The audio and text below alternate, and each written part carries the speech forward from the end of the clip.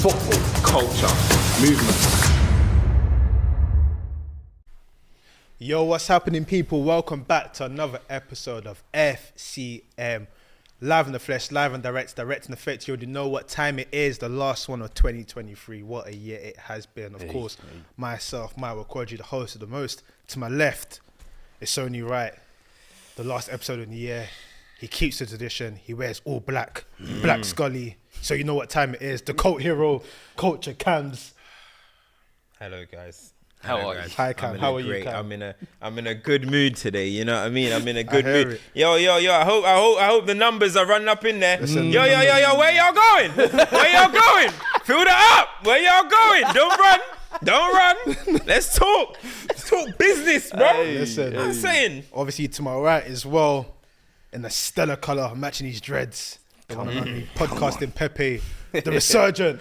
Hey. Fuad Kadani. What's good? You Man, blessed? hey, another week we here. 3-point Listen, collectors. man. Last one for the season, man. Listen, man. We're going to make it a good one. Listen, what Cam was alluding to is that we've seen a trend in the analytics because, you know, we're passionate about this stuff. We care. We don't just turn up to work in this space. We've seen this gap in the matrix that sometimes when some results happen, people don't want to turn up to, you know, enjoy the festivities. Sermon. Yeah, the sermon. They don't want to turn up to church. Yeah, They don't want to turn up to church. You get me? Turn up to church day. It's going to be a good one. Like, share, subscribe. I must say as well, if you're in here and you haven't watched our FCM Court special, make sure you go and check that out. Listen, love to everyone. Big up everyone. Love to everyone that supported the comments. We felt the love, honestly. For real. Big up to DR Sports as well for believing in the vision as well. We've got more stuff coming next year. Believe that. Listen. But it's only right we get into the weekend's festivities, man. Listen, man. Woo. Last game week of the year. Big one. You know, you want to start as you mean to go on. You want to end on a nice note. So if your team managed to do that, managed to get a dub, managed to make sure that this year ended cushy with the green W, hold tight the 3-point collectors wherever you are, man. Hold tight the 3-point collectors, man. Hold tight the participants as well. Listen, man.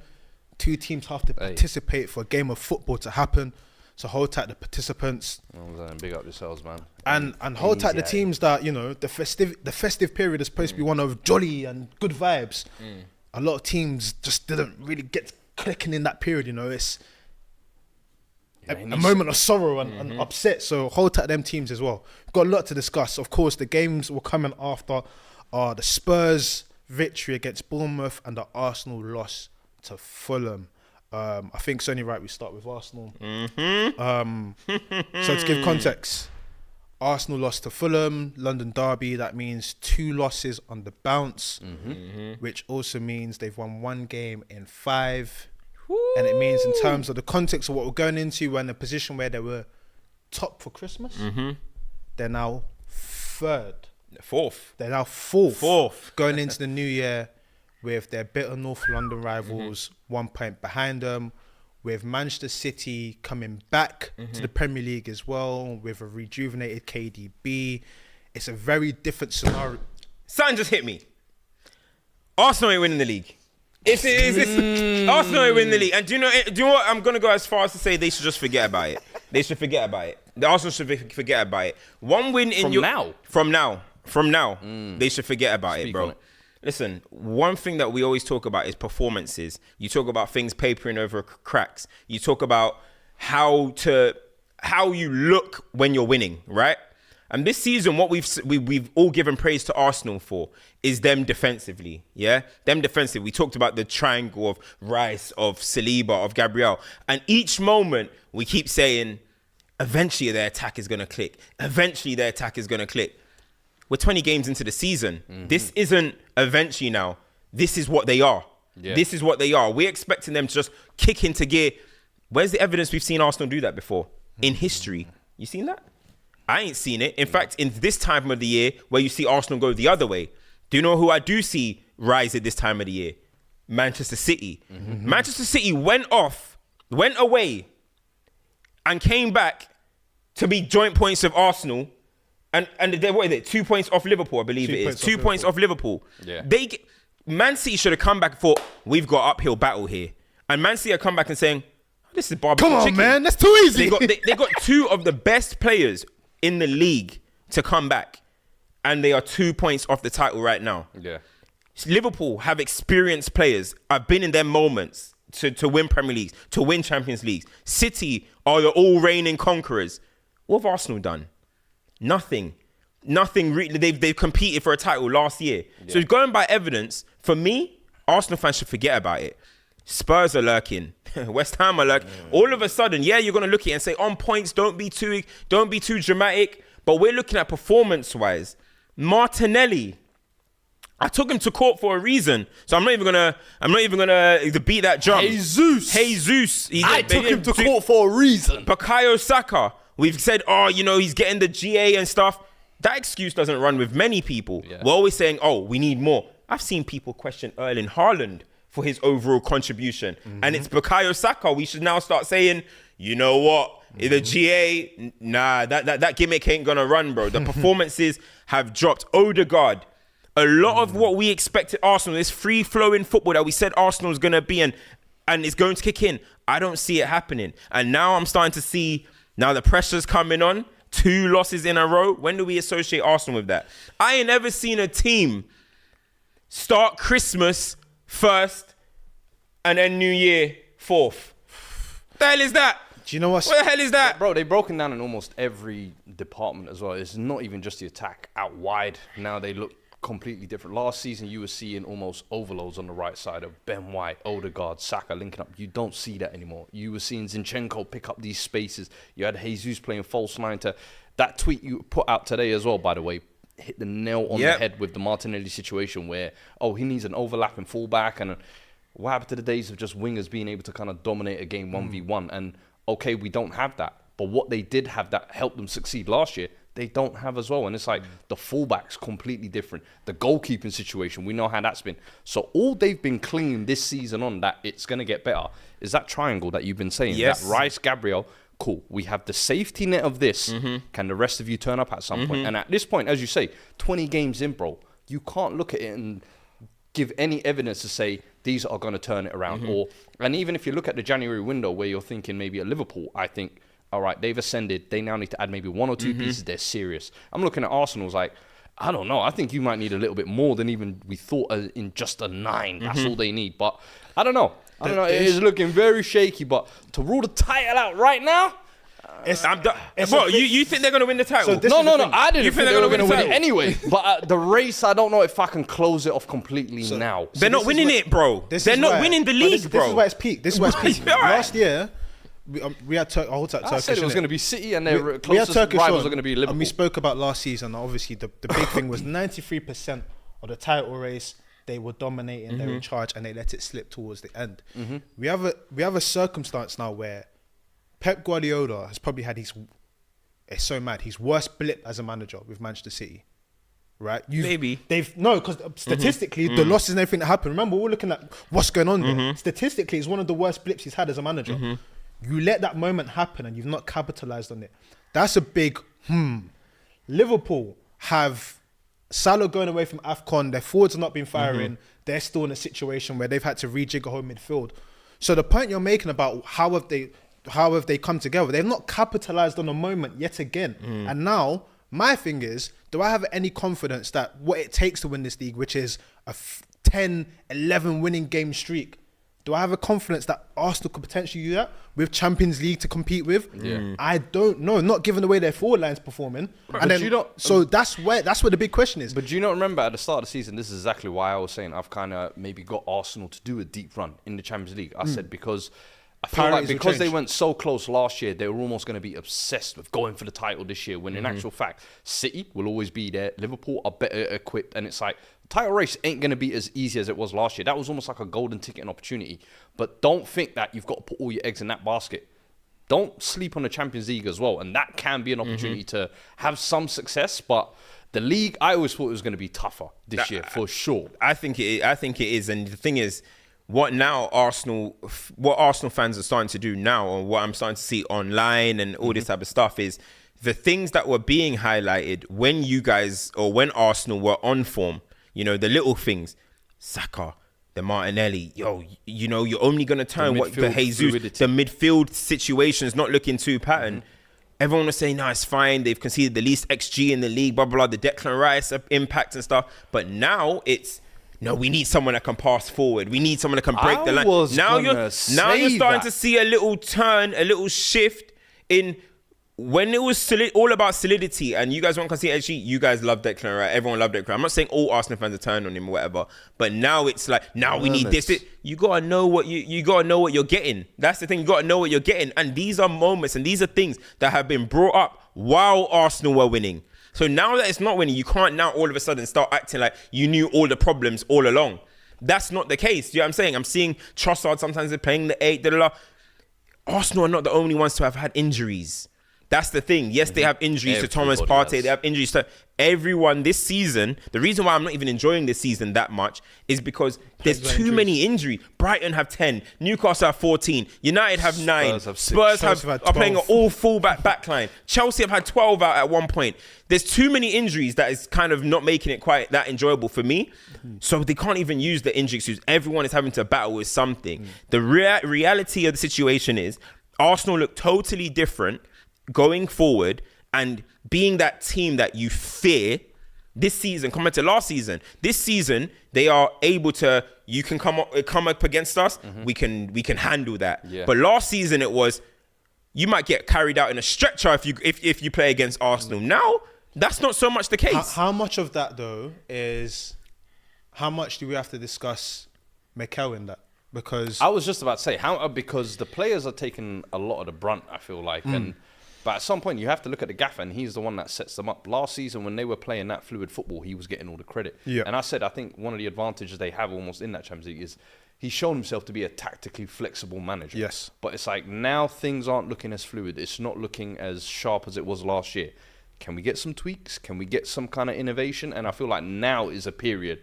I remember when Klopp, was it 2 or 3 years ago, when he had all them injuries and stuff like that, and he was still playing that high line with a Nat Phillips. Drop the line, please. Can you drop the line, please? Can you adapt to whatever rough patch you're going through at the moment? Because that's what good managers do. They read a situation and they adapt to it. And I almost feel like Arteta does need to be looked at this year more in terms of tactically, what have you changed?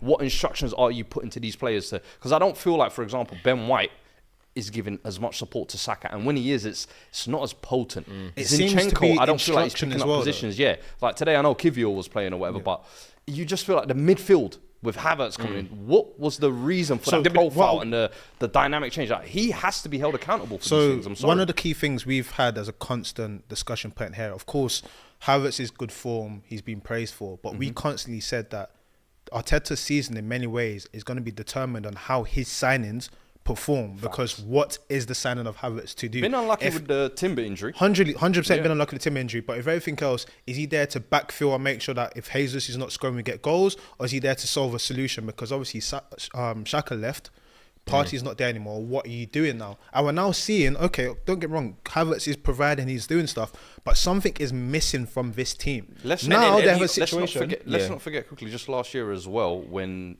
they were going for the title and they weren't in that prime position. Like this time last year, it was a whole 180, if you like. Yeah. To add on to that, they signed Jorginho and Trossard. Yeah. Like, come on, brother. Like, we need more, or they need more than that, if that makes sense. Like, it's funny. Till today, their depth is Reece Nelson come off the bench, Eddie Nketiah starts, Haaland, Smith Rowe on the bench. You've given them big contracts and everything to say, you know, you are guys who are going to deliver me in these moments. But then it almost feels like when they come off the bench, there's almost this, are they really going to get us a goal type of thing? The reason and Reece Nelson comes on all the time, almost like they're hoping to. They still think Bournemouth. It was a one-off, lad. Yeah, that ain't happening, man. That ain't happening again. You know what I'm saying? But you know what I'm saying? You always got to look, and this is the issue. You always got to look at the time you got to look at the manager, right, is when it's multiple players that are not performing at the level that you expect them of, right? If it was only Martinelli not performing, then you could just be like, what's going on with Martinelli? Like, what's the issue here? And this is often something that I talk about with Man United. If multiple players are not performing at a certain level, what is the manager doing to get them to play back to their best? Yep. So, for example, as we're talking about the attack, Odegaard is not a bad player all of a sudden. Saka's not a bad player all of a sudden. Jesus is not a bad player all of a sudden. Martinelli, I'm not a big fan, but he's not a terrible player all of a sudden. Yeah. something is got to do with the system and how they're being deployed. Do you get where I'm coming from? You have to look at the manager in them situations. You can't just blame the individual per se. Yes, there's moments where I'm looking at my name. I'm like, people are saying he needs a left back, he needs an 8, he needs a false 9, all this type of stuff. Get the ball, make stuff happen yourself. Saka, get the ball, make stuff happen yourself. But if all of them, the players who were all pushing for team of the year last year are all now dropping to a pretty average level, you do have to look at the manager. Let me go through some of these super chats because some of them are quite interesting. Big up Mohammed Yusuf, who just sent a super chat because we've got Mohammed Yusuf that dropped another one that says, speak on 7, please. No tired BS excuse. Interesting. Got one from Felipe that says, Happy New Year's, lads from Australia. Big up players on the World Cup documentary appearance. This year, culture scams, World Cup to greatness of Salah. More growing and wisdom in 2024. Also, Fuad is a fraud. Hey, man, let's be nice, man. It's a new year. Nitish said, can we get a guest appearance from Turkish? We invited him, but he declined to comment. But he was literally here and he walked out the booth, bro. So that's his problem, you know. But they add dodging on Twitter, yeah? Yeah, I'm saying off their main platform as well. You know what I mean? Taking it to their main platform. You see them, bro. All right. But you know when you start war with me, bro, you gotta be prepared to face Trench season, bro. Trench season for real. We've got one from Blue Moon M14, which says, I'm here for the downfall of Asna. Where is the slander for Saka not fit enough to lace Foden's boots? Saliba best in the league. Hype, like, laughing emoji. Got one from MO from 6-0. That's for the sake of it. Got one from Zizou that says, Arsenal lost 4 games last season. Now it's 4 by January. Arteta is being found out. How many Arsenal lose last season? 6. 6 last season, and 4 by January. I mean, that's those are things that are a worry. I think Arsenal scored 80-something goals in the league last season, and you look at how many goals Arsenal have scored from set pieces. You know what I mean? That's the open play. That's what I'm saying. The Arsenal that we knew and we thought that Arteta's building is this season where we're starting to be like, oh no, he's not so much of that manager. He's this type of manager. Yeah. And we associated it to, remember when Klopp 17, 18, 19, and we said, yo, 1920, it was like Liverpool just said, you know what, we're going to be an efficiency monsters. We're going to do this type of thing, and that's how we're going to win the league. And we praised that, and we said that's what Arsenal are doing this year. But it's backfiring. Nice, you know man. what I mean? Got a few more. There's a lot that I'll get through because they're not in this part of the segment, but I'll get through some more now. Arsenal not, so this is by GP says, Arsenal not won Premier League since PS2 era. That's crazy. You know, I love it when people define eras by nonsensical things like that. That is brilliant. Adam says, Arsenal aren't even on pace to get 80 points this season. They can kiss the league goodbye. Need to pray for a miracle run in the Champions League. City's Kobe and Shaq are back. Facts. Facts. Interesting. The Dark Knight Rises. Well, listen. The Dark Knight Rises. When you need a hero, remember shine that light. That Nas song. So we're looking for him. Yeah. That's KDB. We got one from Articulate Thumb, which is interesting. It says, can we have a serious convo about cognitive dissonance of Arsenal fans' expectations versus the real quality of their spine squad versus City and Liverpool and the best teams in Europe? Floor is lower, upside is up at best. So this person is basically saying that their squad isn't as good as everyone else's squad. What's your thoughts on that? According to who? Him? I mean, is that the common consensus that Arsenal's squad isn't as good as everyone else's squad? I think is that the common consensus? No. Because Declan Rice was called the best defensive midfielder in the world. Saliba is the best in the world. Saka's second to Salah in the world. New Salah and Mane, I was told. This is the thing. So let's not now all of a sudden, but maybe he's just being unbiased or whatever, but we can't now all of a sudden start saying that Arsenal haven't got the squad because we were told all year, we're told last year, we're told look at the underlying numbers, you're told look at the field tilt, you're told look at this, that this is why Arsenal are so good. So let's not now, when things start faltering, we're starting to look at Arsenal's squad and say, are they as good as they are? They got to themselves in this position for a reason because they got good players. Let's not now start underrating, or let's not start acting like they have a bunch of bad players. I'm not going to agree with that, bro. I hear it. This just sends another one. He says, Saka's mates are under siege. That's funny. That's funny. What else you got? By the time Arsenal play their next game in the PL, they could be fifth in the league behind Spurs and potentially out of the FA Cup as well. This is from Clara Bitsy. Yeah, because they got Liverpool in the FA Cup. Interesting. Yeah. I mean, look, a lot of this season, this is when, what do we say? This is the reason why I say, yeah.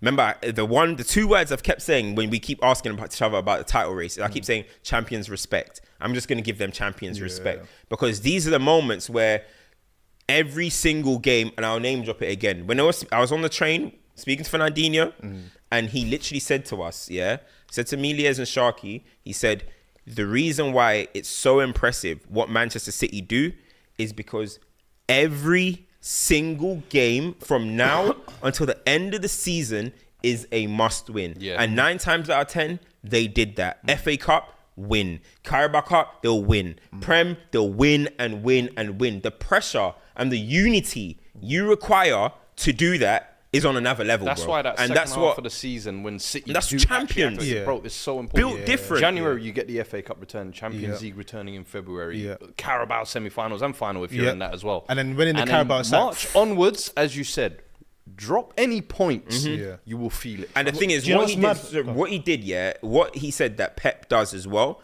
is Pep, you can have a good game, sit on the bench.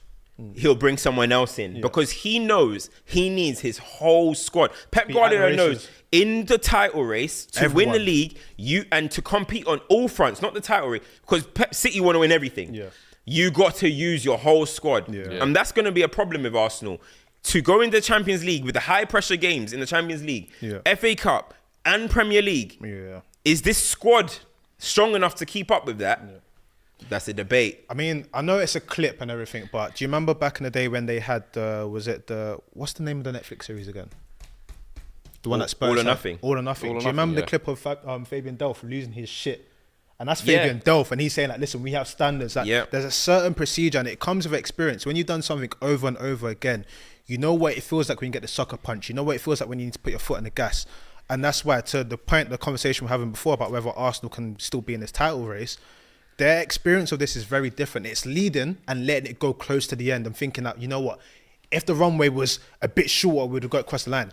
Now they're in a place where it's like, raw, we have to look ahead of us. It's a different situation. It's a different situation. And it's one where Arteta, because last year we said that the squad was young, Arteta's really going to have to get all of those guys together and be like, listen, if we want to have pride this year, we can't have it where the last few games where they lost those random fixtures towards the end. We need to buckle our boots up and go again and now. This is where I'm looking at guys like Jesus. Yes, because this is where you've been brought in. Jesus, you've won it Zinchenko. 4 previous times, bro. You've been here before. You, man, should be leading these guys who are so-called not as experienced as the others to lead them to win. So I'm looking to see how they react. And 100%. The thing is, Arsenal haven't, as you mentioned, Arsenal haven't been in this position where they're the ones that have to, they have to potentially chase down. Now, don't get twisted. They're still level, like close on points and stuff. So it's not like a big hunt. But at the same time, obviously, you're relying on 2 teams now to pretty much kind of start to falter. The difference is, though, like, you know, I said when City went off to the club world, I said if City come back and they're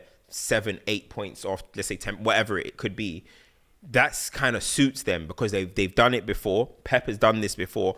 And I don't think City as a fan base put as much pressure on their team as others. You know what I mean? They're very understanding. They're very just kind of like, yeah, you know, we got Pep, we've won. They're happy to be here.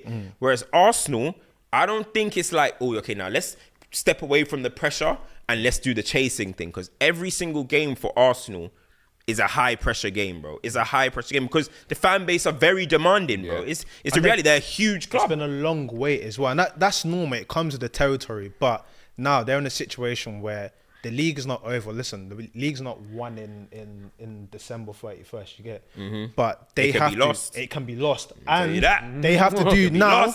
Now, the point you mentioned that's so interesting is you mentioned their recruitment in January. Yeah. When they were top of the table. You're not top of the table this time. I need to see what's going to happen now because Tony only. Don't get me wrong. I understand getting Premier League experience to try and make sure that you can get to your checkpoint. But now you need to think bigger picture. Like you said, there's a Champions League potentially there.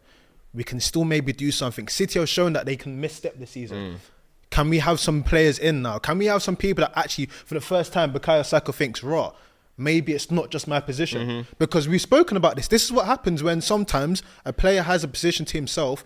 When he's not giving you anything anymore, you start going, hold on. So what else can we have? So they're gonna have to look into it. I've still got a few more. Say less says Arteta can't solve a crossword puzzle, and the stars can't pretend to be stars anymore. Enough already. Mo from 6-0 says number 14 wouldn't play for any top team, top 10 team.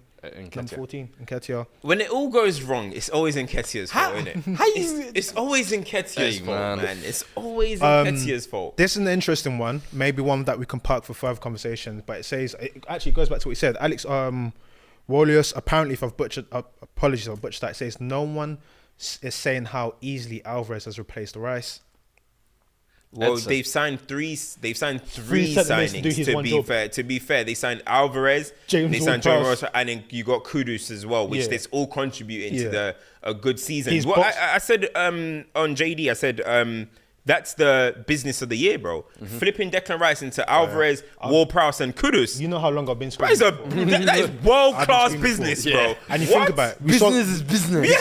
We've seen the Gareth Bale flip go terribly bad. We've seen flips go really bad in Premier League. That flip is up there. In terms of flips like that, genuinely might be number one. That's the flip. Obviously, you still got to give respect to Liverpool's flip. For the Coutinho into Van Dijk, Fabinho, and fucking Alisson, bro. What? That's up there as well. But that's a generational. We're talking about teams that are like in this bit there. That's a mad flip. Bro. There's a lot of City chatting here. Let's quickly. It's only right we I think briefly touch on City. I want to speak about Spurs as well. I want to give you your moment in the sun. I was going to say on Fulham quickly as well. Just got to give them some credit as well. I think what is it? 3 losses in the Premier League on the bounce. Or was it Newcastle? So it was getting nasty over there. I was thinking, they might be one of them teams hovering. They fought back. Jimenez comes back in straight away, gets the goal. You know what I'm saying? And then they're called over. Got to give them their dues as well, man. Their centre half partnership is one that I want to talk about. Tosin, Bassi, 2 Nigerians. Tosin's the interesting one because ultimately his performances are making people speak about him how he was spoken about before. Yeah, his contract runs out as well. Want Tosin, 6 months his deal runs out. Come and be a backup option. I will happily have Tosin as a squad option. Fair enough. As in January you do it? January, yeah. Go and get him in January. Quick time. That's bodies there right there. We've got Romero and Van der Ven who we know are going to be the starters. Somebody who can come and slot in, Premier League ready.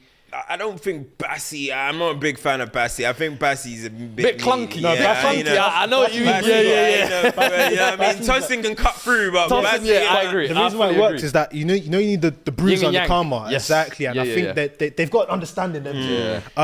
Paulinho as well today. Oh, did you see that tackle on Bukayo Saka in the box? That's a match-winning tackle. Monstro. That guy is a one-man midfielder. I keep saying it. That guy is the guy is a freight he's a freight train. When he comes, he's mad. He's not the quickest as well, but the way he reads the game, bro, his positioning is incredible. Bro. He's one of those players like he's a clampers, bro. I hate the word transformative player, but he's one of those players where he would come into your team, and from day one, you know where. Earlier, where I was saying Liverpool in January, if Liverpool got Paino, I think they might win the league still. The thing is, he signed it. He signed 100 on Caicedo. Go and put 90 of that towards Paulinho. Don't waste time, bro. How old is he? 28, 27. He's in there. Because he was going to go to you have him for 4 or 5 years. So he's still got upside to him. He's, again, another player. Speaking of Fulham as well. He's a monster. Cam, I got to mention our boy, Tom Kearney, boy. Championship. Real ones, no. Championship hero. Championship. That's old school stoppage. If you know, you know. Yeah. But, it's the City talk, obviously, comprehensive. We got to speak about the boogeyman. He got the biggest chair of the weekend. He didn't. Who? Bro, that was so It was funny. warming up. Who? The boogeyman. But he even came with the Super Saiyan hair too. Fam, he's got the shoulders hair. Okay. I was feeling that still. I'm liking this new trim. He needs to dye his beard a little bit dark. The ginger blondie beard is. He's trailing the blazes for gingers, bro. Let him. He is the icon. They finally got a face of the brand. They already had one. Scholesy. West Brown. Paul Scholes. What? They got Marcus Rashford now, innit? I don't kill you. Rashford is doing it for the gingers, mate. Listen, at this point, it's only right to say make sure you smash the like button if you're in here. Let's get the views up. Let's get the likes up as well. Make sure you smash that like button. Just on that City game, though, I expected it to be a bit worse. I can't lie to you. When you see Sheffield, I think you got to give a bit of credit to Wilder. The second half of the season, I think they'll show some live. Just quickly. I think it should have been 4 or 5. You could have easily. Could have been comprehensive, innit? Yeah, but fair play to. Can we talk about one man? Who do you want to talk about? And I want to talk about him as well because I was chatting to certain Donnies earlier in the week. Liban. Let me land this up. Wait, let me land this up. There's a super chat for you actually. It's from Wonderful. And he says, Fuad Kadani, I need you to run the Foden love and agenda. Bruno Fernandes is a luxury player. Taliban. Because I was chatting to Liban on SDS Pod, and he turned around to me and said some blasphemous things. He turned around and said, Phil Foden is a luxury player. And I said to him, bro, you are absolutely waffling. And that game yesterday, granted, Sheffield United, but he has been doing this all season. If you've been watching Man City, he has been running games all season. He is the definite. When you say luxury, the reason why it sounds blasphemous, this guy, bro, right wing does a job, left wing does a job, 10 does a job, 3 in the 8, he does a job. No matter what, he asks what he's done to do, and he does it at a minimum 8 out of 10. I ain't even saying 7. The touches, the way he controls games this year. That's the reason why I feel like KDB's absence, of course, is always going to be felt. But what he's been able to bring, it's like the keys have been given to him and he's clutched it fully, bro. Clutched it fully. So all of this luxury talk, go watch that game again yesterday. Ran the show. What you said there is I think it's the biggest credit you can give Phil Foden this season in the sense that he's definitely taken the onus and opportunity. A lot of people be like, oh, Alvarez has done this, things done that, but Foden's kind of been like ever present, especially when we talk about the experienced players having left the squad as well. He stepped up to the mantle, and it sounds mad to say, but for the first time, you kind of look at City and say, you know what, I can see life post other players because he will flourish in that 10 role now. Facts. For so long, it's always been spoken about where will Phil Foden play his best football? What is he going to turn into? The early talk was they thought he was going to be a David Silva. Now you're seeing that 10 role, you see the magic. You see that he can not do it for moments, he can do it for a whole length of a game. And I think that's where you've got to give the guy credit. And I'm not just talking about this Sheffield game in particular, I'm just talking about season. It's all season. I consistently You said say, it a couple weeks ago. I remember when he was like, yo, I don't think it's being spoken about enough. And it's like, not. Bro, well, you spoke about it for your England team as well. You said that's what you want to see. I said in the England team, Phil Foden has to be 10. I still say to this day, I cannot believe there's a talent like Phil Foden and people question or they don't know what to do with him. I've said numerous times, this is the best talent we've had in this country since Wayne Rooney. It is. Phil Foden is a special player, bro. And the thing is, what you lot are saying this season, often, I say the talk on Phil Foden for me is the worst discourse on the internet, bro. Because often people don't deal with what they're seeing. They deal with their perception of what they think Foden should be and hit him with Go that. on, Dr. Umar. They literally, they think, yo, Foden should be this. It doesn't make sense what they're saying. Like when I saw somebody said, that Phil Foden hasn't carried City to a title. He hasn't needed What kind of talk is that? Carried City to a title. How many players have carried Pep teams to a title? And if you're seeing that, you're talking about GOAT Messi.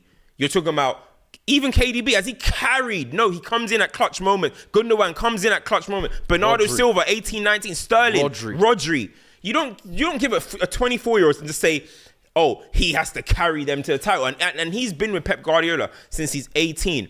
One thing that I hate that people say on the internet is that it's so much easier to play for Man City than it is to any other team. Do you know how hard it must be to look at on your right and see Raheem Sterling in his peak, to see Leroy Sané in his peak, to see Riyad Mahrez in his peak, to see Bernardo, KDB, David Silva, all of these players, and you have to try and get above them. Rotation. Pep Guardiola rotates. It's easy. Bro, you think Phil Foden, if he came from any other academy in this country, he wouldn't be numero uno for that team. Has he ever looked at a place since he was 18, 17? Has he ever looked at a place in any of those teams? I'll go one further. One, has he ever looked at a place? And two, if he wasn't of the level, we've seen what happens at City. Listen, thank you for your services. See you later. There's an opportunity for you here. here. There's an opportunity for you here. The next one up. See you later. And another thing is, what people expect, the player that Phil Foden is, the way I see Phil Foden, he's one of them people that he contributes to a team in terms of like, he makes your team better in terms of when he plays, the slickness of how he plays, the way he opens up and can turn a defense into attack so quickly. And people don't see them type of stuff because what they do is they look at goals and assists. This notion that Foden has to carry, you have to carry. Why do people always get obsessed with carrying to title? Foden doesn't even seem that type of player to me that I look at and I think, Foden, I'm going to need 25 goals, 10 assists this season. It's not, but he might be able to evolve into that. Do you know what Phil Foden is? It's ridiculous. The discourse around him is bonkers, bro. I don't want to start saying like back in the day in football, but you know when the term game changer used to be used, where you looked at someone, you looked at their influence on the pitch, and you thought the second that person's introduced, or the second that person's on the ball, something happens, the game is changing.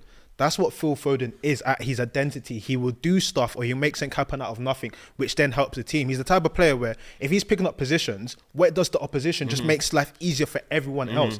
That's what it means to change the game. But a lot of the time, people look at football and be like, if you didn't score a hat-trick, you didn't score 2 goals, or this person got the winner, they have done something. I don't get is like a lot of people are saying that, Foden got the assist yesterday. That's one of the worst assists I've seen in my life. But he got the second assist. But I'm talking about the first one. That was one of the worst assists, but that's what people will judge you on. But what about the moment where he's shimmying and everyone's partying like the Red Sea? No one talks about that. That's the issue with football. And the thing is, when people even say like, are people forgetting? I think it was the 2021 season. Foden was excellent that year. Bro, the double-double. When he dumped out, with the double, I think then he dumped out PSG. He dumped out Dortmund. So this kind of talk as if Foden is just sits there and just collects a medal as if he's Ryan Brewster for the Champions League with Liverpool. It's absolutely bizarre, bro. And if you actually look, the players that have played most under Pep Guardiola, you know, Foden's is in his 11. No, of all time. Really? Foden is in Pep Guardiola's most used 11 of all time. There has never been a season where Foden hasn't been a part of the squad, bro. And even if it's not starting week in, week out, bro, he'll play. That's why I was saying earlier, I don't get the even notion that he's a luxury, because he will literally plug any gap that City system has needed for the past 4 years. And he has never looked at a place within that, bro. The funniest part of it, right? The funniest part of it is that people will get onto the fact that Foden hasn't broken into that City team, blah, blah, blah, blah, blah. Say they've got all these world-class players. So they got all these world-class players, but you're surprised that someone you don't see as world-class isn't breaking in. That's weird to me originally. And then what's the thing that people all be saying now? Oh, be careful. You're gonna burn out Saka. Jude, he's gonna burn out. This person, Rashford, he's gonna burn out. I'm telling you now, when Foden is 27, 28 and that, he's actually going to be in his peak. He's going to be nice. I said it. He's going to be nice. I tweeted it when it happened, when I think Bukayo Saka hit his 100 Premier League appearances first, then Foden hit his a few weeks later, and the usage was completely different. And the thing I said at the time was, ultimately, one player has to be used because the club are reliant on him, and the other one, he's of talent to be used, but he's being protected because ultimately, Pep Guardiola said it the minute he saw Foden, this is going to be one of the greatest players this club's ever had. We need to protect him. And you know what? Listen, certain man don't have to go uni straight away, man. They get to enjoy that luxury. So there's another person that someone's mentioned here. Let me find the super chat. It's OZ that says, "Can we talk about Rodri's 49 game undefeated run?" That's crazy. No, it's actually crazy. Is it? He doesn't lose. He's got a 49 game unbeaten record. Supposedly so. And if he scores, they lost the other day with he's Rodri on the pitch. Huh? Didn't they lose the other day with Rodri on the pitch? No. Rodri wasn't playing, bro. Oh, you guys sure? Give us send in again. Send in again whether it's undefeated. But they're saying, can we talk undefeated? Rodri. I don't know whether that's undefeated in terms of him starting or something, but he's saying, can we talk about Rodri's 49 undefeated run? I know there was a run. Yeah, he didn't play. But so that's true. The game he played before this was... They haven't lost with him. Yeah. That's crazy. Fair enough. That's crazy. And then Club World Cup, and then, obviously he had his suspension or injury, was it? So someone said in the league, he hasn't lost 49 games. Oh, okay. Yeah, that's true. I've always heard it brought up like, Rodri's unbeaten, but incredible, man. He's one of the almost like the symbols of their team at this point, bro. Yeah. Like what he's gone on to, the mantle he's taken in the past 18 months. I know you're mentioning Fernandinho, but it's almost like, yeah. Should we go some more super chats? Because we've got loads in. This last one to show the year. Jiba Football says, I'm still waiting for Soko Genius Foden to match Mount's 2021 season. Aesthetic bias is funny. City were targeting Paqueta and Eze for a reason. Thoughts? Go on, ask City Mount, were targeting who? If they play. Paqueta and Eze for a reason. Do they think that... Wait, first and foremost, you're smoking a good high bit of grade if you think Eze is better than Phil Foden. And second, Paqueta wasn't even going to play in the same position as Phil Foden, though. He doesn't play in the same position like that. So That don't really make sense What do to you- me. what do you make of the also, Mount- the when Mount- you're letting go of Gundogan, you're gonna want to replace him, no? Mm-hmm. Or not? I'm confused. You're not gonna want to replace him. That doesn't make sense to me. What about the Mason Mount comment? What was he say? 2021 season. Foden needs to match that. What does he need to match? In terms of was Mount incredible that season, or is that the season that he got the most numbers that they're basically saying? Most numbers season, yeah. Basically, most number season. The season that how many open play assists did he get that year? Most of his chances were created. I think Corners. wasn't 70% of his chances from created from set pieces. Yeah. So let's not just look at. Did this guy just go on Wikipedia, look at Mason Mount's numbers, and say, let me just go and put that in there? Do you know what I'm trying to say? What is he talking about, bro? Scully comes. What's he talking about? Scully I'm comes. confused now, but what's he talking about? Scully comes. We got 3 more. Through Millie says they doubt Phil. It's funny when players like Jesus, Zinchenko, and Cole Palmer can raise the level of their teams, but doubt he can. He's unreal for us. I think he's basically saying, if like Cole Palmers and Zinchenko's and Jesus can raise the level, you think Phil Foden can't do that? For who? In general. Everybody wants to eat off City's scraps now, innit? Yeah, listen. They've changed that broke life. You know what I'm trying to say? They changed that. You know what I'm saying? All of the Palmer, Zinchenko, Jesus, everyone. But Phil Foden. Oh, you know, if you took Foden out of City, he'll struggle. You guys are honestly stay off the weed, man. Stay off the weed. Dennis the Great Stay off goes, the weed. looking like a top 4 battle for Arsenal this season. Can't lie, and they still have to go Etihad, OT, and Tottenham Hotspur Stadium. See you there, mate. Steen said, who knew Havertz would be our biggest goal threat? Interesting. And everyone knows that I'm a big Mason. I'm a fan of Mason, especially at Chelsea. Right now, it's struggling, but that doesn't make sense to me. To your point Foden's earlier, had better seasons. Pastor Semper said, Rice sideway again. Him and Caicedo, 225 million. Football's dead. The perception changes quickly, man, when the results are not going your way. Boy, damn, I said sideways. But listen, man, let's go. Spurs! 1 point behind Arsenal, despite an injury crisis, despite losing main men, despite playing 4 fullbacks across the defensive line. Yeah. Fuad Kodani, talk to me. How are you feeling? Hey, what was that? A couple of weeks now collecting 3 points, but I can't lie to Quietly you. working. If you're watching these games, hey, you know we've been suffering, and that team has looked like a backup team out there. Like first half today, I don't know how we went in 1-0 up, to be fair, because we should have been behind. I feel like even Bournemouth unlucky not to score earlier than the one that they scored late in the game. But brother, today was one of those. I feel like you got to give a lot of credit to. I'm calling them the backup brigade, if you like. Emerson, Davis, Brennan Johnson getting that assist as well. Richarlison getting his finish, even though he maybe should have got 1 or 2 before that. But Son, the way he was leading today as well. I thought first half he was actually a little bit iffy, but second half, the way everybody improved, I was like, you know what? This is all we're asking for. When you lot come in and plug in the gap, a lot of these guys, we know we're not going to rely on them for the season. We know Emerson, Davis, Lo Celso, even 2 assists today. The second one as well was nuts. Outside of the boot pass, I was like, yeah, you know what? Can we please get some more of this? And that's all we're asking for. In moments like this, when we need you as a squad, can you come in and kind of fill in the gaps? And do you know what I loved about Spurs today, watching that game, especially against a Bournemouth side that have been very tricky, Dominic Solanke in great form? What it showed me was this season, all right, whatever happens, but next year I really want to see what Ange can do with this team, because ultimately everyone's bought in to what he's doing. He's optimizing players that typically people say are not great. He's working with sort of not limited resources, but you know what I mean.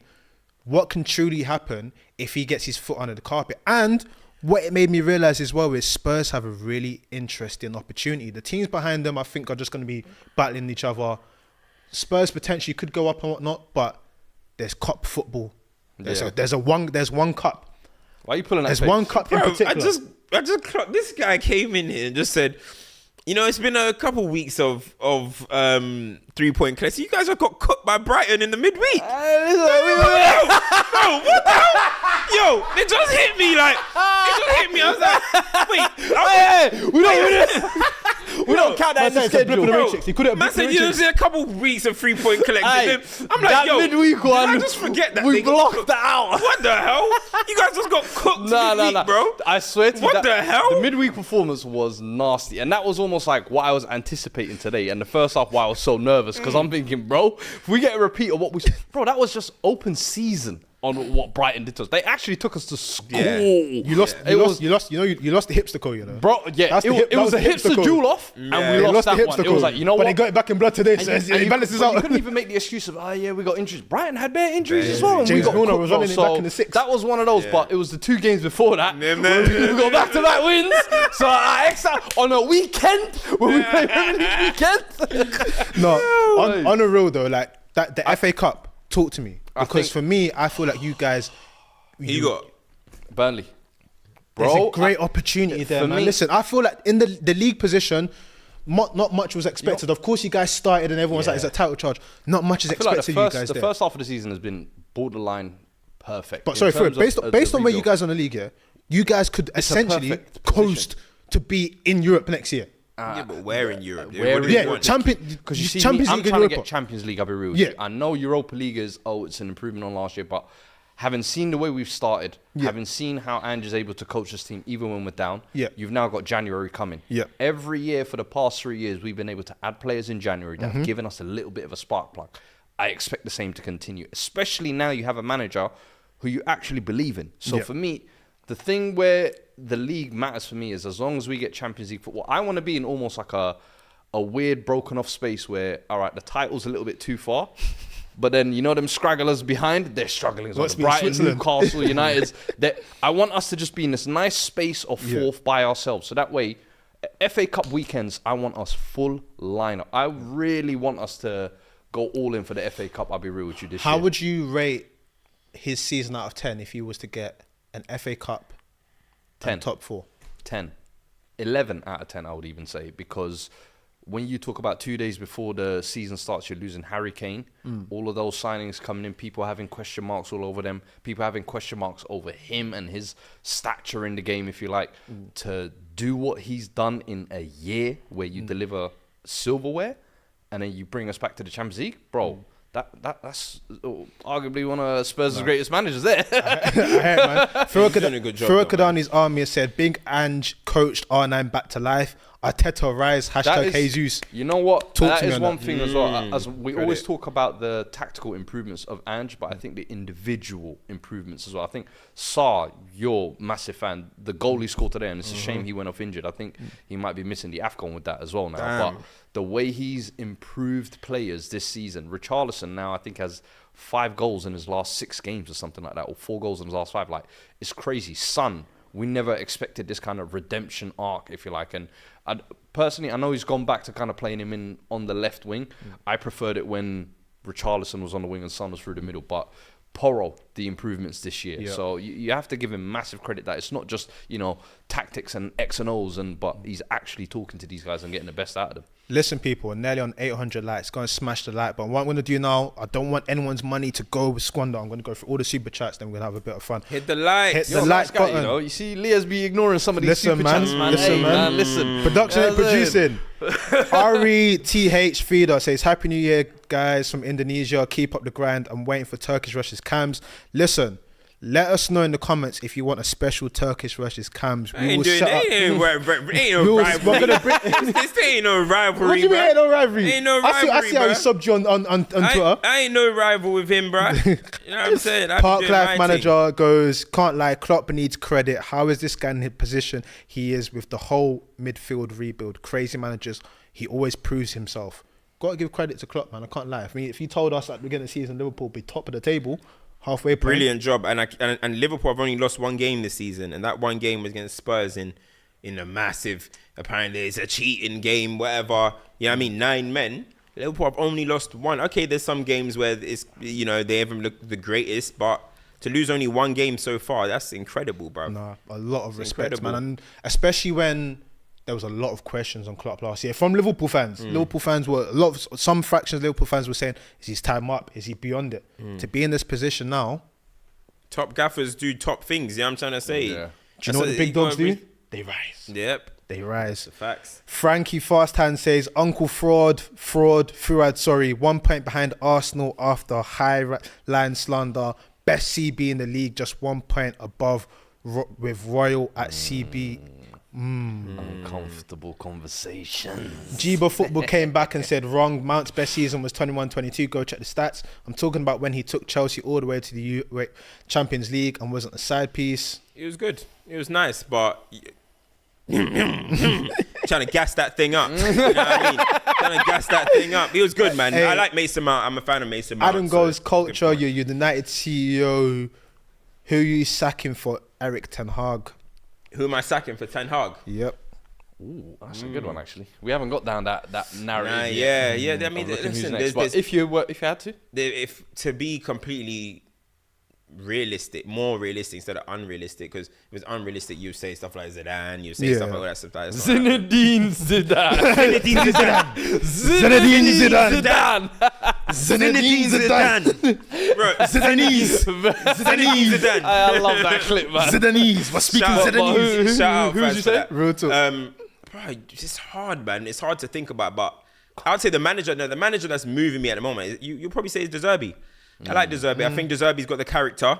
I've seen him handle situations. He got Trossard up out of there. I've seen him deal with players having to leave in Caicedo and McAllister.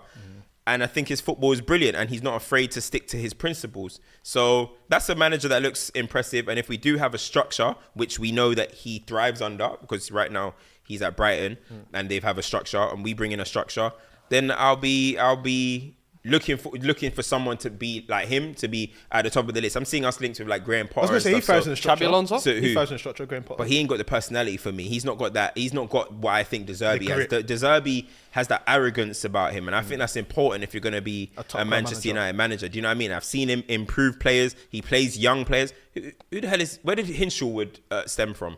Just Spawned out of the academy. Bro, spawned out. Ain't he like a generation, fourth generation? Fourth generation He has player. Billy yeah. Gilmore just playing up in there. He wasn't afraid to bring him in. So I like what he's about. Do you know And what- I think people are being harsh on him earlier in this season. Because I'm like, for one, Brighton shouldn't be where they are. Yeah, I think you were questioning Brighton at one point. no, But you think about it, they're basically... No, what I said they're about like- Brighton is last year they were brilliant. I said Yeah. I can't wait Can to you take a see step further? how he adapts to And this he's stable, season. and he's actually got them stable. They've got them. Where are they in the league? Ninth?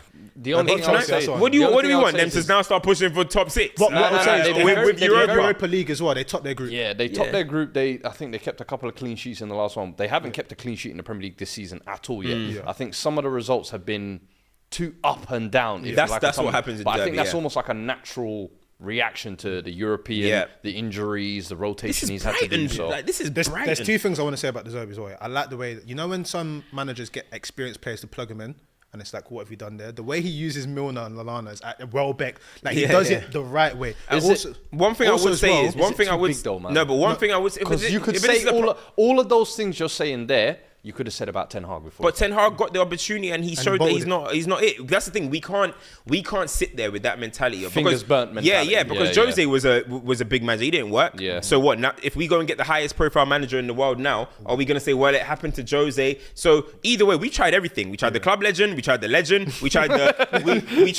we tried LVG, who was like super experienced. We tried this hipster manager. We failed in every single one. So obviously we know the club needs to work on their structure first.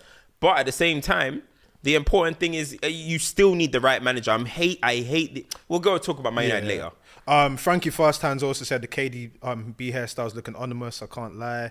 What else have we got here? OZ said, haven't been far off. They dropped points.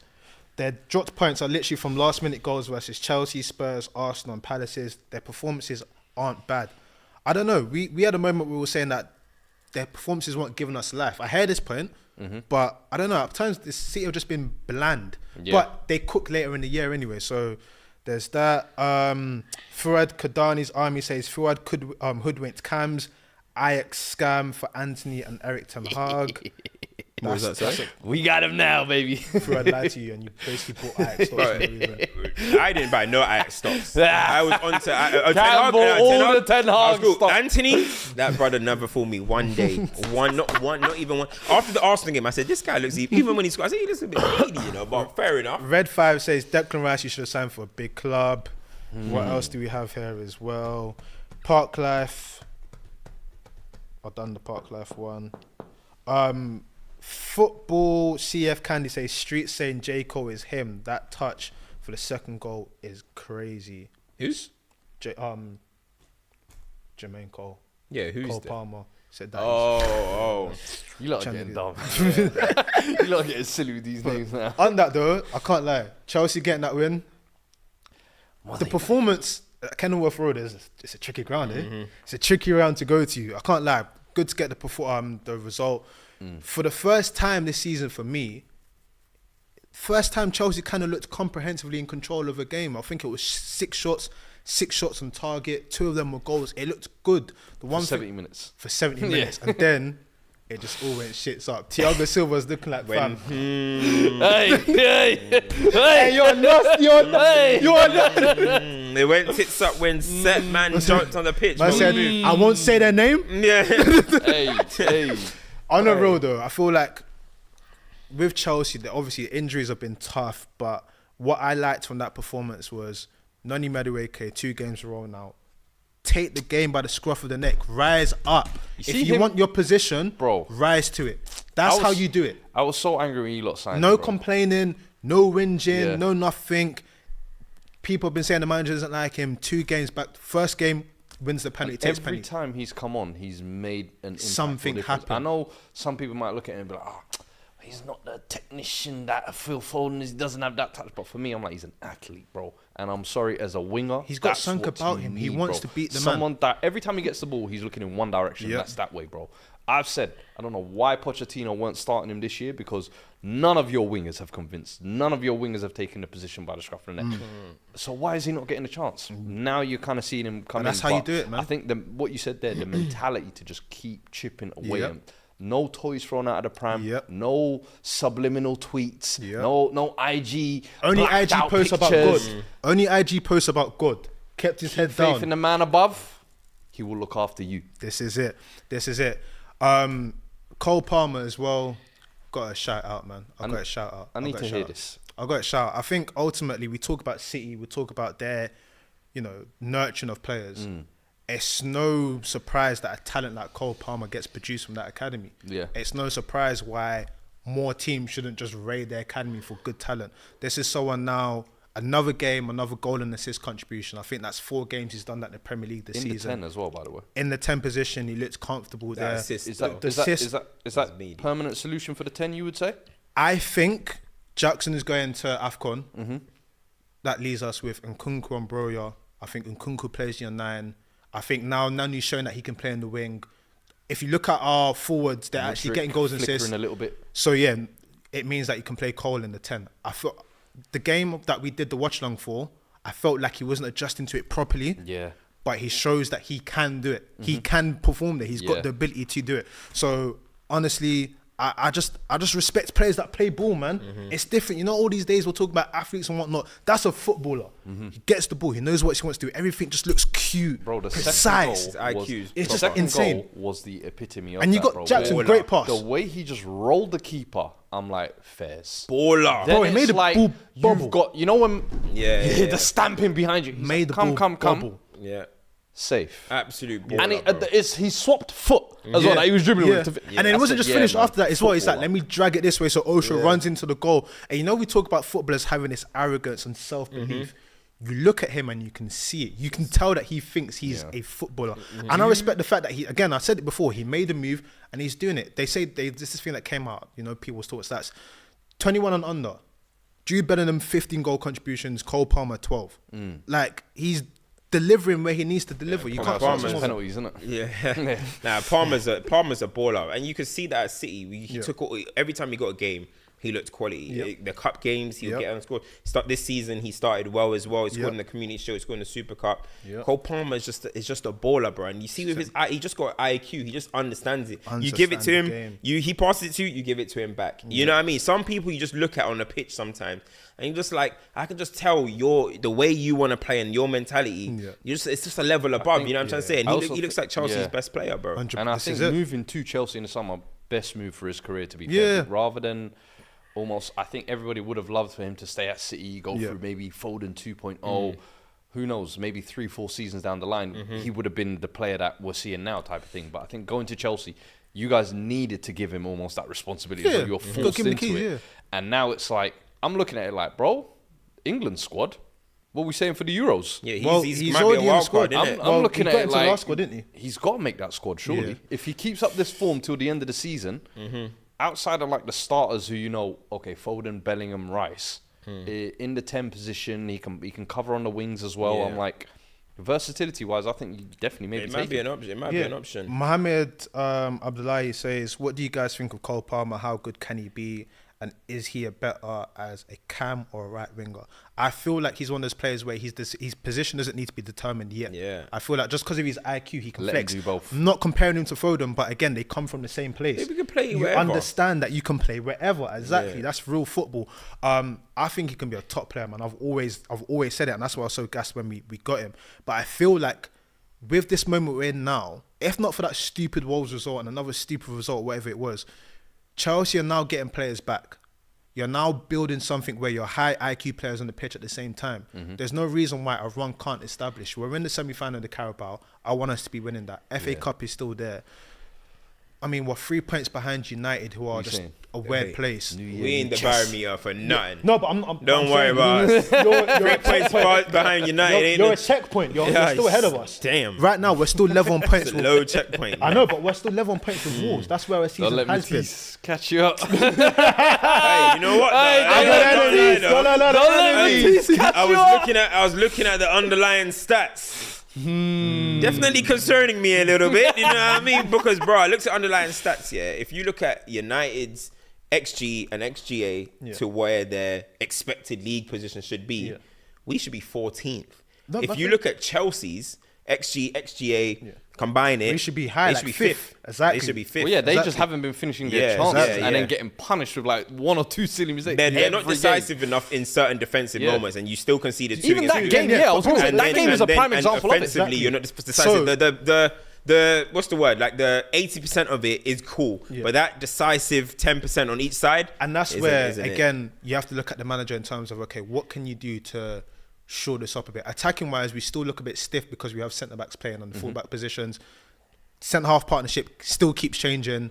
The protection in front of them, I know you're saying that Gallagher and Casado have understanding, but there's still a layer of protection that's missing for them for some I reason. genuinely think it's that. I think it's the foundation at the back there. Once you have that consistency and familiarity, you It's where you always build see from. results, bro. And Spurs are a prime example, bro. This season we've had Vicario, Porro, Udogi, Van der Ven, Romero.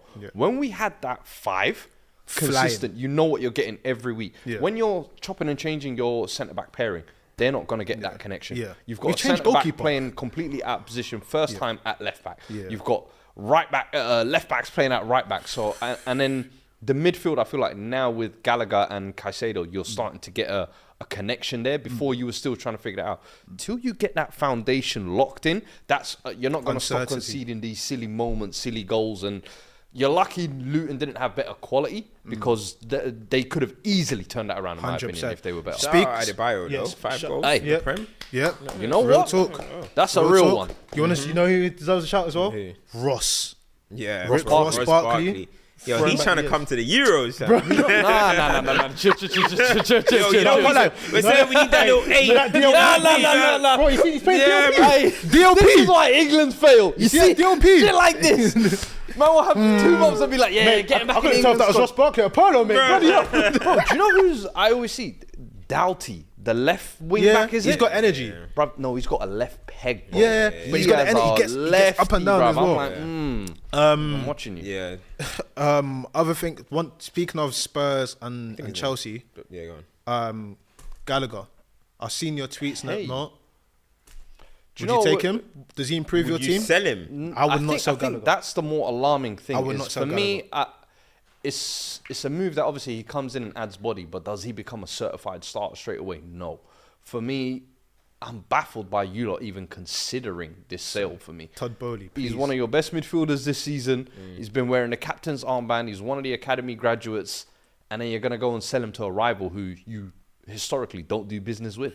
Todd Bowley. It's a weird one for me. I've said it's just paper talk in my opinion. I think in the summer it was more serious because we were actually looking for midfielders and you were basically a car boot sale. But I think now you've kind of settled a little bit and the role he's played just doesn't make sense. I don't think I think I don't think it's paper talk. I don't think it's paper talk either. I think it's because There is Chelsea are no genuinely in a position where way.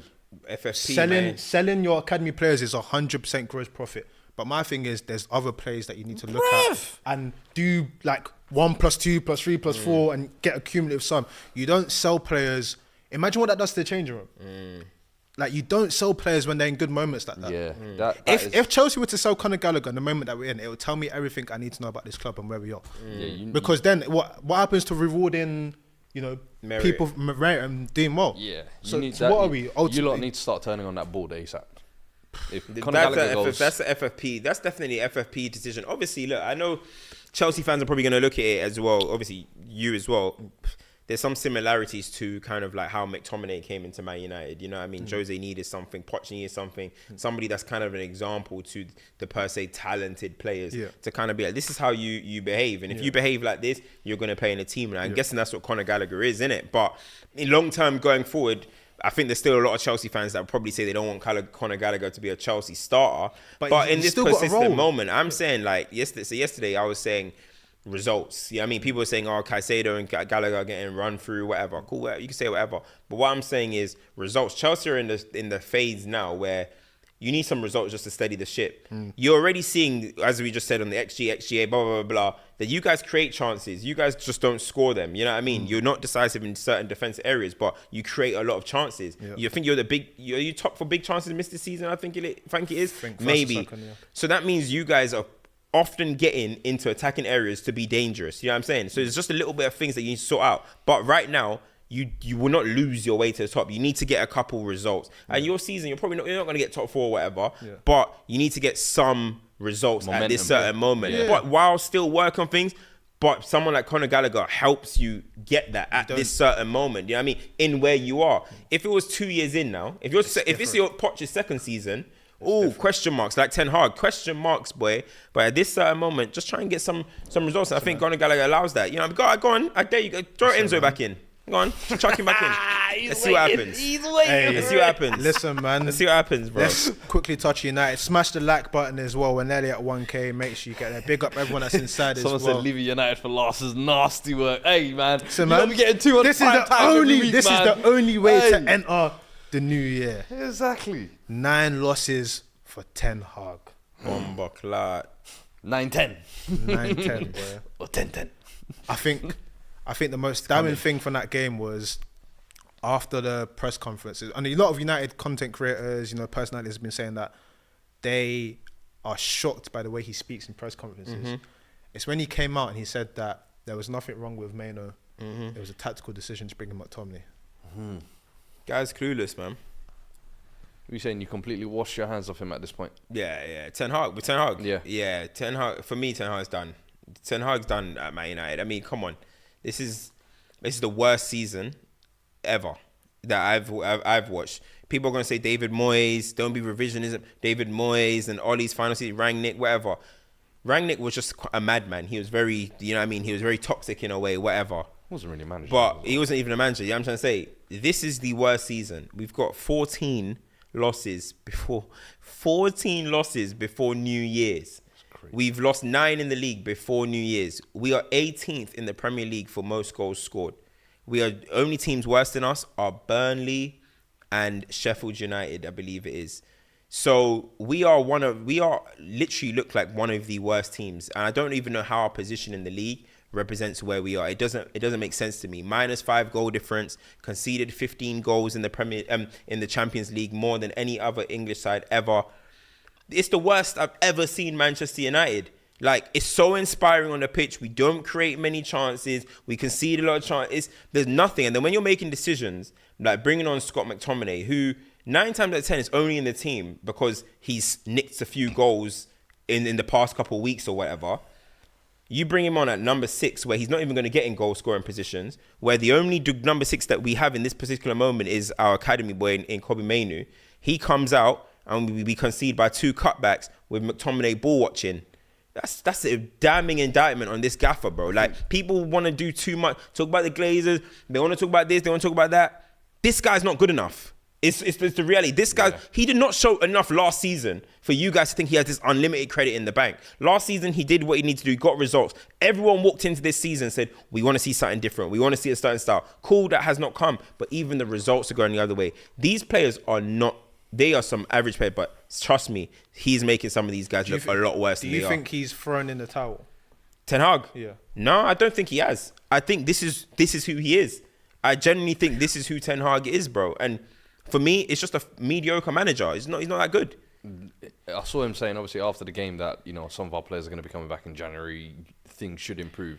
I don't even think anybody was surprised by that result either, though. I remember we were doing Saturday Football Show here before, and everyone predicted like a 2-1 win for Forest. Yeah. It was like, when you saw the manner of the goals as well, as you said, literally copy and paste of each other, bro. And it's like, oh yeah, I've seen this kind of act before. Yeah. So at the moment, are you surprised? No one's surprised anymore. No one was definitely surprised by it. I do think though January is going to be an interesting month. I don't think the board sack him. I think they actually let him see it out till the end of the season in a weird way. It will be a monumental error if Manchester United let this man spend one more penny at this football club, bro. And that's what I think. In January, if we let this guy sign more players, then we're just setting ourselves back another 2-3 years. Because you see signings like Anthony. That brother set us back 3 years, mate. What we're going to have to do to get Anthony out of this club, he has set us back. You know what I'm trying to say? So we should... Ten Hag signings, I've said it numerous times, they stink, bro. His signings are awful. And even the signings where you thought maybe are decent ones, Højlund, he can't even put him in positions to score goals. Yeah. You know what I mean? At half-time, it was 0.04 XG against Nottingham Forest.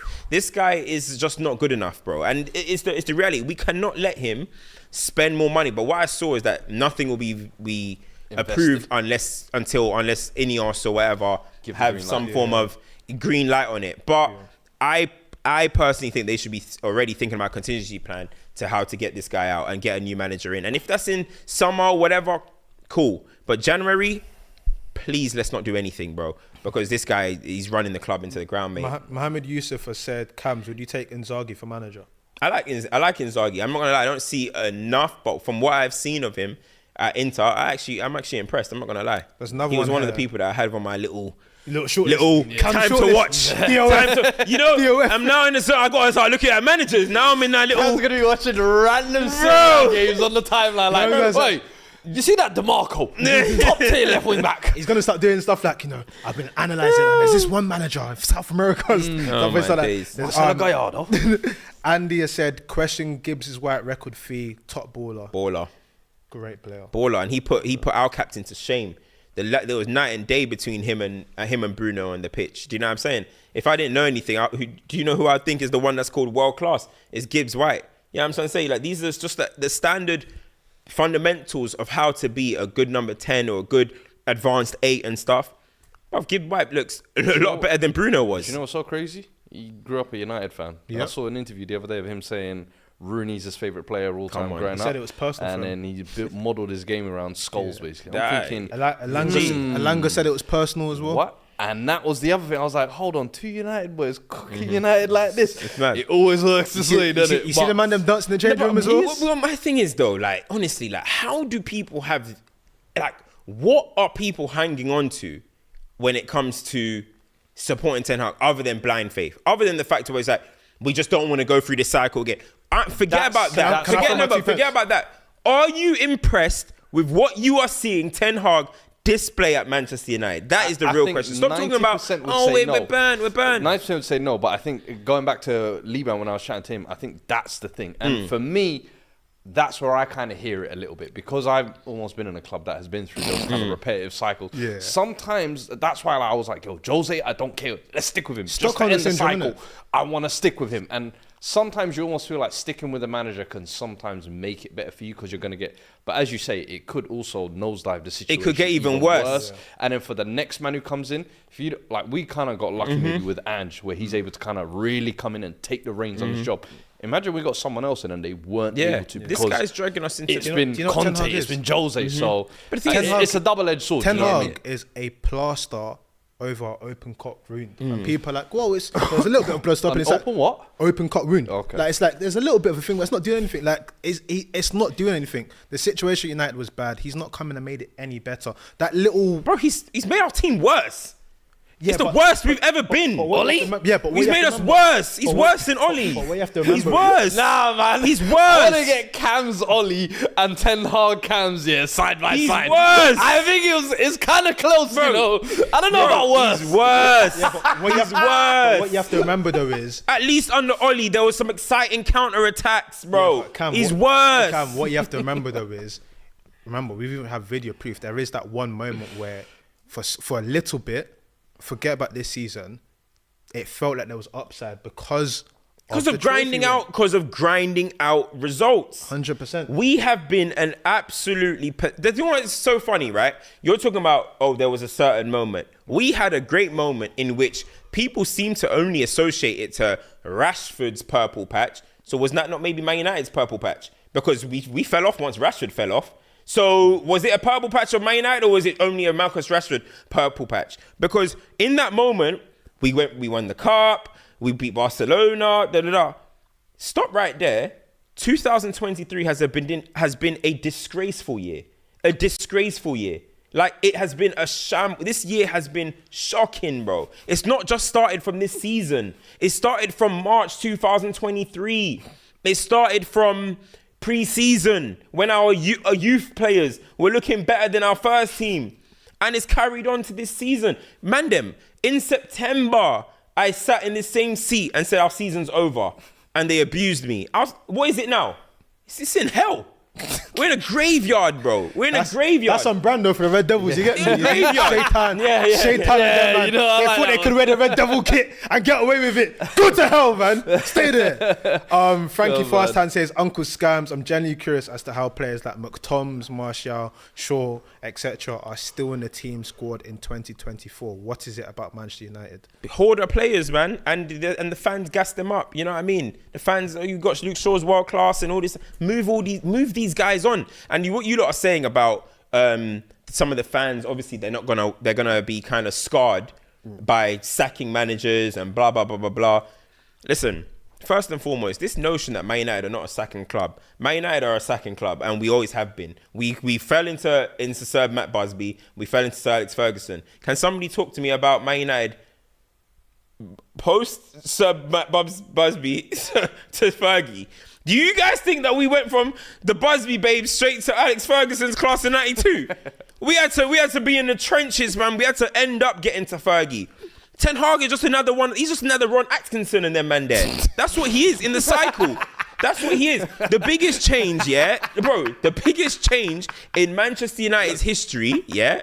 You're laughing, bro. It's the truth, Ron Atkinson! You're taking a piss. bro. No, but it's the truth. Nah, don't kill me, man. The thing is, you guys. You know them managers that wear trench coaches on the side? Bro, you don't think, yeah, like the thing that, like, the biggest change in Man United history so far in a long time, other than Fergie's departure, is actually bringing in Sir Jim Ratcliffe, Sir Dale Brailsford, all of this stuff, Jean-Claude Blanc and all that. That's the biggest change, whether it's 25% or not. This is the biggest shift in Manchester United's history in 20 years, right? So we can't be thinking like, yeah, but we've sacked managers before. You literally have to be thinking, this is a new dawn. Yeah. We sacked managers, but we knew we didn't have a DOF. We knew we didn't have people in the right footballing positions. And now we apparently are going to. So you have to look at it different. These new owners deserve to bring in their own man. And I hope they do, bro. That's the reality of it. You think I can obviously sit there and watch what we're cooking up? Andy said that United fans are in an abusive relationship with ETH. Man, listen, man. We ran a poll. Said, who is worse, Oli or Ten Hag? Would you like to know the results? What's the results? 68% of DR viewers are in favour of Ten Hag. There we go. The great Oli. But the thing is, you know what, this is funny to me though, because when the Oliites were saying this initially, yeah, no one was agreeing with this. The Oliites were early on this saying that it's like Oli, it's like Oli, it's like Oli. Do you know what? And no one agreed with it. When people were saying that, I was saying, yeah, this season, I get with results, World Cup year, so many fixtures, Europa League, blah, blah, blah, blah, blah. I was like, okay, cool, I'll give it the benefit of the doubt. Yeah, okay, I'm seeing the counter football. But I said, this is the year where put that Oli stuff to bed. He said, you know what? I'm a double down. I'm even go worse. You know what I mean? You want to go low? I'll go to hell. You know what I mean? That's what he said, bro. So I'm like, nah, you know what I mean? And to be fair, they were right. They were right. You got to be honest. They were right. Let's give a round of applause for Ollie, man. They rode it out for their guy, man. Hey, they man, rode it out big for their up, guy. big up. Listen, man, we've gone through a lot. It's only right. Last champs and duds of the year. But before we go to champs and duds, I thought it'd be nice to be like, you know, who's been a standout player for you in 2023? A footballing memory from 2023 that stands in mind. Let us know in the comments as well, like a standout player for 2023, footballing moment that sticks in mind, funniest footballing moment. What have you got? Who's like your standout player for 2023? Standout player? Yeah. For Jude, it's hard to overlook Jude's year, innit? It's hard to overlook. His is an interesting story, but obviously there's people like Erling Haaland and stuff like that.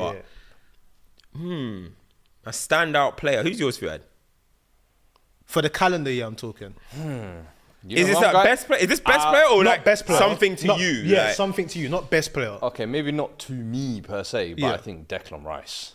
I think Really? winning the European trophy with West Ham, making that big 100 mil move, the way he's gone into Arsenal and just it's his team now basically. But when you look at calendar years, that is a crazy one. It's almost like fulfilling your potential year, if that makes sense. So Yeah, I heard it. a real coming of age year. I heard that. It's hard to overlook Bellingham's year, man. Osimhen was up there for me as well. Obviously securing the league title, African Player of the Year. Yeah. Got the Big last year, year. Like he's had actually, a big year. He's had a big year. Harry Kane. Making Harry a big Kane. move. But still mashing work. You know what I'm Smashing saying? work, smashing Hey, records. yeah. Bring that trophy next year, lad. We will be there with you. City have got a lot of players, but you know what? I can't lie, like, bro. Paqueta for me. Yeah. You know why I like Paqueta? You know what? Yeah. Yeah. Paqueta is making me like the game, bro. I like watching. I'm actually looking forward to watching West Ham. Cause I'm like, I want to watch Paqueta. You know what I'm trying to say? And I ain't had that feeling for many players. You know what I mean? Like, I liked when Grealish was at Villa. I used to look forward to watching Grealish at Villa. Dimitri Payet at West Ham himself. And there's certain players that have come along every now and again that I like to watch a lot. Eden Hazard, obviously, that goes without saying. But Paqueta's one of them ones, man, that this year, bro, man just enjoys watching him play, bro. I don't care what he does. I just like watching him. I've seen him live a few times now as well. And it's just an experience, bro. He's a baller. Now they've got a few comments here. A lot of people saying John McGinn. We've got Rodri. Rodri's a great shout. Rodri complete the game, innit? Oh, mate. That Rodri happened. completed the Yeah, game. for real. Rodri's a Bro, great scoring the shout. Champions League Oh winner no, for City. I basically said City aside because they've just got yeah. too many. They got KDB, they got Bernardo. They had like 6 man in the world in the Ballon d'Or category. Julian Alvarez winning every trophy Everything. in football in the calendar The year. only person to have two. You got both badges. You got both the badges, man. Hey, wake him up, man. wake him up. Respect. Man's Show got- some damn respect, brother. What's wrong with you? I'm surprised you didn't say Ronnie Boy, top goal scorer for 2023. Who? Ronaldo. When did we Finished on start? 54. I ain't ever seen Saudi players in these lists, boy. You know what I mean? Because you know they're bare man. You know them players in India, bro. They be putting down record stats. You know, you didn't get. I don't see them getting mentioned. Now Ronaldo's in Saudi. We have to listen. Shout out Ronaldo, but nah, we ain't care about 54 that. goals. You ain't impressed? I hear it. I hear it. No, it's nice to do it at his age. Yeah. Regardless, it's nice. hear But it. come on, man, Saudi, bro. Mitrovic has like 25 and 25 out there. Ash has gone. I have a fan favorite content moment. Lears, cams, and flex outside OT cooking Liverpool. The way that clip has been flipped this season and used on the TL. Hey, that's on Leah's more. He's the one saying Azerbaijan, Malta, da. Much dip on his check, man. That's where. Hey, listen, Liverpool are still in the Europa League though. Don't get too. What he said was right. What Leah said was right. I mean, you ain't wrong. Trying to double down You on ain't it. wrong. You ain't wrong. You ain't got to say it, but you ain't wrong. Listen, man. Let's go into our final champs and duds of this season, man. Who wants to kick us off? Mine is easy. Go on. Mikael Olise. Since that's my this dog. boy has come back from injury, they waited so long. Scored, I think, first game against Luton, was it? Back-to-back Every games. single game then, he's just been balling out. I think he's got back-to-back games, as you said, he scored. The City game, I remember he was balling out as well. Yeah. Past couple of 4 or 5 games, he has been on a different level, bruv. And second half of the season, I hope he just carries it on, do you know what I mean? He can stay fit. Special player, bro. You know me. I was there day one. The Come trenches on, with man. my stocks. Yeah, bro. That's Lisa's one of the special few player, man. championship players I bought stocks early. I was like, yeah, he looked like me. No, at least it's a good one. Mine's actually a red one. I've got Malo Gusto, man. Like, he's a player that I loved from I was Lyon. surprised you didn't speak on him a little more in the Chelsea. I know bit, about to be time in fair. it, Yeah, but yeah. like with Gusto, like I've always said it. I said it before the season. Reece James, you can rest for a year. I've got faith in this boy here, and the way he's performing now, especially since the red card, bro, that's a top right back that we picked up. Bro, man. I said teams that would have cried for a top right back. Like that. James, get fit, please. Bro, it's not looking safe. I Get said fit, please. exactly when you lot signed him. I said, you see now those Reece James injury breaks, Boy. you're not gonna miss him Fine, at all. man, it's And good. I'm glad he's gotten through that kind of little Adjustment period, yeah. Because I got like the first couple of weeks, I was like, ooh. hey, you look like a fish he- out of water, me. Come on, man. When he got the I red like card Gusto, against I Villa, like him. Nah, I was like, quality, I was like, quality, this quality. ain't League One. Some of the tackles we've got to tame it in a bit, but now he's showing his quality on the ball as well, popping him in good places. Defensively, he's sound. So yeah, that's my champ of the week. Who's your champ? Champ. I'm gonna give it to West Ham, man. Gonna give it to West Ham, getting a big dub over Arsenal. Did we cover that week? We covered that week, innit? We Yeah, did. yeah. Big dub over Arsenal. If they win their game in hand, they are 3 points behind Spurs. You know what I mean? After losing Declan Rice, David Moyes was called wash manager. Nicky comes up on the weekend roundup and consistently says they need to replace David Moyes, which I don't personally understand. signing a new You deal, know what I man. mean? Won them a European trophy. I just like what West Ham are doing. Do you know what I'm trying to say? So for them to be sitting sixth, I don't think anyone expected that. I think that went under the radar as well. I thought people thought West Ham were having a bit of a rocky season. And I think even when you're looking at West Ham, they're giving us some of the best, not moments, but Kudus is exciting. You know what I mean? Correct. Paqueta's Someone exciting. feeding. Jared Bowen is Bowen, doing hey, the thing. double Like, figures. there's Don't a, sleep on Emerson as well. Emerson, Emerson, exactly. yeah. Emerson, Boss. he's doing well. Like, I just think like they're actually a team I enjoy. As I said before, I enjoy watching them and stuff. So yeah, big up West Ham. You know what I mean? I was there You know with- who's with another one? David. Go on. Hwang.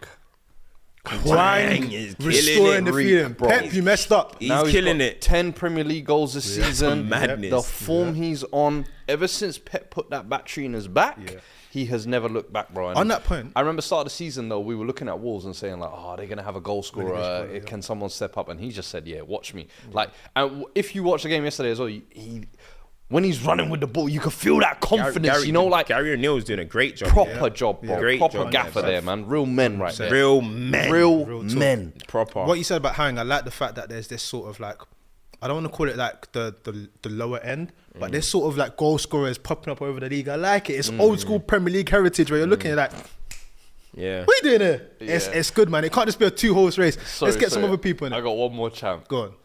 The Atletico Atletico Madrid, Madrid youth team. I'm watching you lot very I closely. need to know the captain's name. I'm bro. very invested in that team. Alfie Gilchrist as well. We're monitoring you Shake closely, the hand, please. brother. Shake the hand, please. Hey. You lot got one there, style. bro. Yeah. You lot got one there. I like what I'm seeing. Nutter, bro. I Pit like bulls. what I'm seeing. Some No, dogs. That's hilarious. Studs, I've got a unanimous stud. Gary Neville, you are. Yeah, you got to give Solanke's a good champ as well. If we're talking about that level. Yeah, he's in Yeah, it. 10 yeah. goals. No, he's got Lost today, 12 though. now. innit? Yeah, So, he's Hold the mashing L. it. Yeah, it's Gary good Neville, today, you are my last stud of 2023 Why? for flagrant comments. Oh. I cannot believe what he said. He was saying that Anthony could be Mahrez. Huh? Could be a Mahrez type Could player. be a Mahrez type player. Was he doing cocaine at the time? You don't know what happens. You know those Sky Christmas parties. Actually, shout out Sky, man. Shout out Sky. Shout out Sky. Shout out Sky. Shout out Sky. Shout out Sky. Shout out Sky. Shout out Sky. See y'all next year. Hey, that might be one of my favorite moments on the podcast. No, but big up Sky though, innit? Big up the broadcasters there, man. But yeah, Gary Neville, that was flagrant, man. That was Anthony's got one goal, To compare him to Mahrez, Anthony has that one is goal in 2023 blasphemous, in the bro. league. 33 appearances. In 33 appearances, easily probably the worst signing we've ever had. That's one- Sancho going on a break and then going Go to the away now. mountains. He, for off-pitch reasons and stuff, like including it all, he's up there. But on pitch, just solely on pitch performance, off price tag and stuff, off even the reason why he was signed behind it, Ten Hag insisting, valued at 25 million, ends up getting 80. The worst signing ever. Yeah, no, that's my dad of the week. My dad, we have to. Arsenal. Back-to-back games you've lost in the same week to London clubs as well. West Ham, Fulham. You got to be the duds this week, lads. Sorry. Who? Arsenal. Oh, yeah. Come on, Back to back. Yeah. Back-to-back Oh, L's 4 weeks. in 1 week. Yeah, West yeah, Ham, yeah, Fulham. Yeah. You're not even saving your own ends. What's going on? What's going on? Man said, yeah, man. Arsenal FC. The greatest team the world has ever seen. No fun, no forever. Yeah. Put a sock in. Corny ass song, man. Hold that. Listen, man. Before we go, massive shout out to everyone that's been rocking with us. Right, So big up, obviously, man, we big started up, the man. season late. Big up DR Sports as well. Listen, we started the real. season late. We've Reals. been cooking. Big up everyone that supported the core episode. Everyone that's been supporting each episode week in, week out. Everyone that's smashing the like buttons. Everyone Yes. that's in here. We've had like 3.5k concurrent in here today. Big up, Listen, man. next year, bigger and better. So many features that we're More doing next features, year. It's more gonna be guests, greater heights, surprise episodes. surprise episodes, challenges. We're taking it up another level, and Come we on. can only do that with your support. So make sure you're subscribed, make sure your notifications on, make sure you're following the personals, make sure after every episode you're getting involved as well. That's how we know that. Drop you're a like really and enjoying tell them what to we're doing. comment as soon as they Smash leave, man. a comment on the way out as well. Next year we're going bigger and better. But listen, we wouldn't have been able to do it without you guys. So much love, much appreciation, and next year we're going bigger and better. Enjoy your Happy New Year celebration. Yes. Don't drink too much. Enjoy Have some space of don't be like us. Don't lack. I hope everyone's stumble wrote into down New their Year. goals. Write Yes. down your goals and Yes. targets. Yes. Do not walk into 2024 blind, bro. This is it, What do they man. say? Walk by faith, not, Not by sight. Do it. Write your goals and targets. It's so important. Look back at it in December 2024. Do You'll not be just go laughing, with the bro. wind. Listen, You'll thank your future. You'll thank yourself. Trust Listen, man, honestly, and you guys as well, big up both of you as well, big up Leah's. I think individually this year has been a massive year of growth for everyone, man. Everyone's doing big TV, everyone's doing Sky, call us back again. Listen, everyone's been doing good stuff, so let's just keep pushing forward, man. And listen, thank you for supporting FCM, man. We went through a little situation, but listen, little man, rebrand, you wouldn't have thought repackage. otherwise, man. Who would yeah. look at us? Who would have thought? Hey, Not me. Be here, Big huh? up. Look at us. So like, share, subscribe. We'll be back next week, man. Peace. Take care.